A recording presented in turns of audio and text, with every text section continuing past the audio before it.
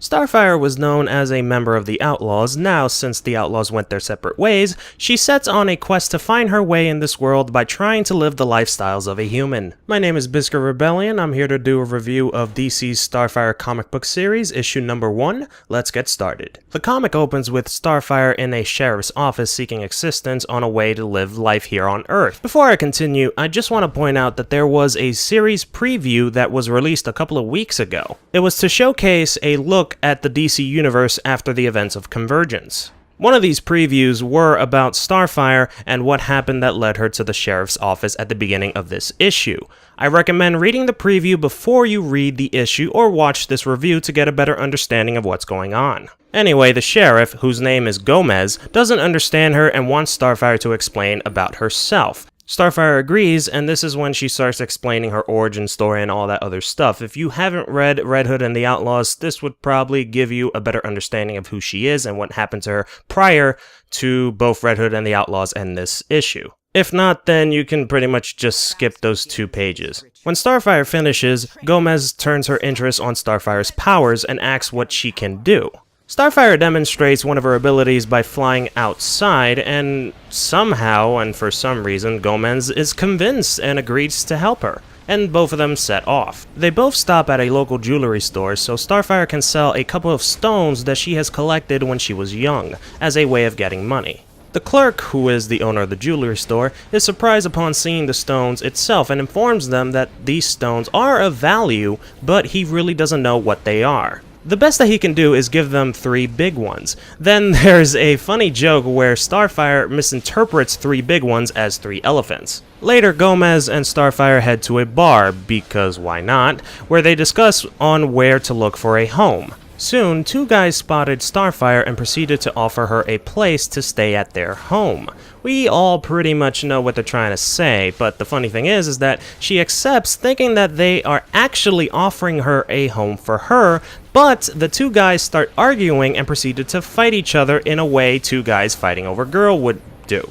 Gomez tries to break it up, but Starfire offers a hand by blasting a star bolt, and it hits the table the guys are fighting on. The 2 then freak out and proceeded to move away from Starfire in fear. Then Gomez and Starfire left the bar. Next, they went to buy some clothes, which I'm gonna skip because I believe it has no relevance to the story, and then they go to a guy named Bonnie who... Bonnie? Bonnie? As in, that guy? His name is Bonnie? What?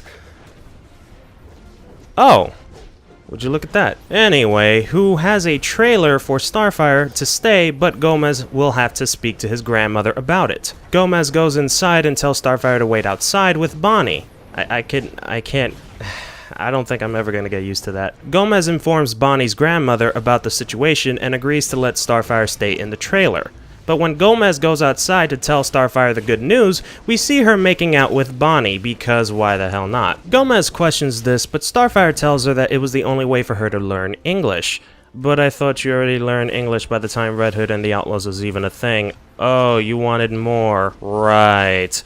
Obvious fan service is obvious. Ignoring that, Gomez brings Starfire to the trailer so she can have a look at it, and Starfire is pleased. We later see 3 Coast Guards, I think, because the comic has yet to tell me what they are, on a boat. The only thing we have to learn in this segment is one of them is Gomez's brother and that there is a possibility of a storm or hurricane coming. Oh, we also learned that Gomez's brother's whose name is Soul, god damn it, what is up with these names? Is depressed over his wife or girlfriend or friend or sister or mother or cousin. I don't care. He is goddamn depressed over somebody named Maria. I really don't know. They just haven't told me. So that's why I have to say wife or girlfriend or whatever. Next, we see Starfire finish up her shower. Don't ask me where she's taking a shower from. Seriously, I feel like she's taking it outside for whatever reason. But anyway, she sees Bonnie and greets him with only having a towel covering her hair. Bonnie is shocked and quickly grabs a towel to cover the rest of Starfire's body. Starfire is a bit confused, and Bonnie tells her that people on Earth don't go around naked as they please. Understanding, Starfire thanks Bonnie and tells him that she will be out to watch the sunset. Later, she returns and notices a storm might approach, and she meets up with Bonnie. Bonnie informs her that his pet parrot is missing and asks if she can look for the parrot. The comic ends with Starfire finding the bird and going into the trailer where Bonnie and his grandmother are for some reason holed up in there. Wait, if there's a possible storm approaching, why take refuge in a trailer? Seriously, why not at your own home? Which, chances are, if let's say there was a tornado or even a hurricane as powerful as you think a hurricane would be, it can easily blow away the trailer since it's mobile. Unless, you know, it has no wheels. But still, chances are that trailer is going to be more mobile than your own house, so why hide there? But never mind. Anyway, Starfire returns the pet to Bonnie. Suddenly, the lights in the trailer go off, and there is a huge noise outside. Starfire checks it out and is shocked by what she sees. You know, what shocks me about this comic is that it doesn't show me what Starfire is shocked about. I'm not kidding. After reading this comic for 2 straight minutes, I actually thought that Starfire has broken the 4th wall and realized that she's in a comic, and this is the first time she ever discovers the reader, which is us, or me in this particular case. But sadly, that's not the case. All in all, the comic itself is pretty fun, it's quite humorous, and I do like the take on Starfire. It's funny because her personality resembles a little bit like the TV show, you know, Teen Titans the TV show, that's Starfire, and also you can count Teen Titans Go, but to a certain extent. However, there is a big problem that I have, and it's pretty much centered around what is the purpose of this comic to the character, and it seems to me that they are trying to have her find her place on Earth, or at least that's the vibe that I'm getting. The funny thing is, though, she has been on this Earth since the beginning of Red Hood and the Outlaws. And we're talking about since the beginning of the New 52, which I think it's 3 years since? I'm not entirely sure, but I know that's more than 2 years. So that's a fairly long time. I mean, for God's sakes, the comic book series itself got 40 issues. What have you been doing throughout that time?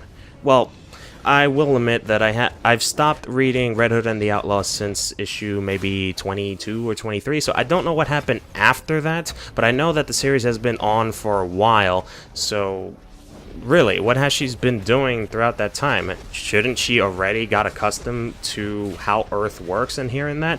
And what's even more funny is they kind of made her seem dumb.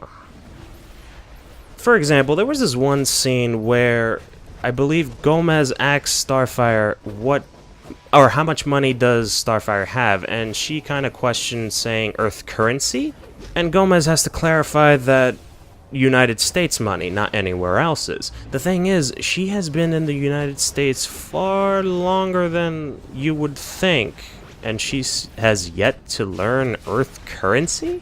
Seriously? Or not even Earth currency, but United States currency? Seriously? And then there were certain situations where, I've mentioned this before, back in the jewelry store, the clerk itself said that I can only give you 3 big ones, and she actually imagined that he would give him 3 big elephants. It was humorous, but it got me thinking that she might be one of those people who take things a little bit too literally, which again draws similarities to the Starfire from the TV show, which is, again, understandable if that's what they're trying to base off of, but I feel like if they do that too much, like they did with this comic, it might make her, or Starfire herself, seem a bit obnoxious, so they should probably tone that down. So far, the only thing I know about the writer who wrote this is that she has wrote Harley Quinn, the comic book series, and I think she's going to also write Harley Quinn and Power Girl, the comic book series. Why are they teaming up? Why the hell not? I'm honest, why the hell not? But anyway, that comic book series has done well so far, and I've heard a lot of positive reviews, so I have confidence that this comic book series also might get a lot of positive reviews, and it might do some justice to Starfire, because back when she was introduced, let's be honest, she had a horrible reputation. Not only was she slutty, like most people would say, but she came out as a bit aggressive, and that's something I really didn't like within the character herself. So hopefully they might do some justice to this character, and if I had to give this comic book a rating, it would have to be a 8.5 out of 10.